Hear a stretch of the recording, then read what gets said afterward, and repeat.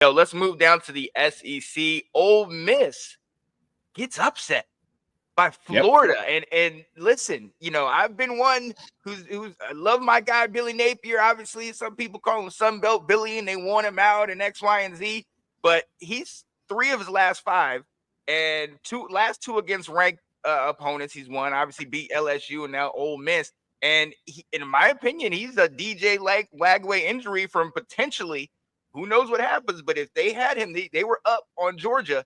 So before we talk about Ole Miss choking another one away, let's talk about the fact that Florida, I mean, Napier, I think he's earned himself another year, man. Absolutely, and they already locked in that he's going to be back next year. Nice. Legway is such a dynamic player for them. He's got a great arm. He's mobile as all get out. And he's an underrated thing for a quarterback. He's extremely confident. He's confident in his ability. Doesn't matter who he's playing. He feels like he's going to get the job done.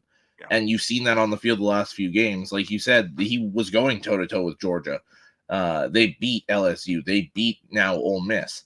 So it's definitely a different dynamic. And you start to see even on the recruiting trails, people are seeing a guy like DJ Legway, and it's, I want to go play with that guy. That's an exciting guy. Yep. You're starting to see recruits flip to Florida now. I think Napier's doing a great job coaching now. I think he's built up the players now to where they believe in him again, which is an insanely hard thing to do, is lose a locker room and then gain it back, which I think he's absolutely done. A very impressive turnaround by Florida here.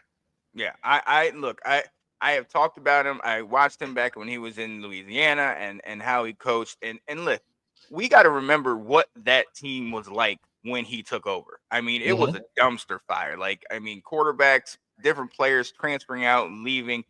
It takes time to get the guys that you want, to get your recruits. And we've seen he's finally got some of his recruits. But I think you hit the nail on the head. That's more important, is he got them to believe.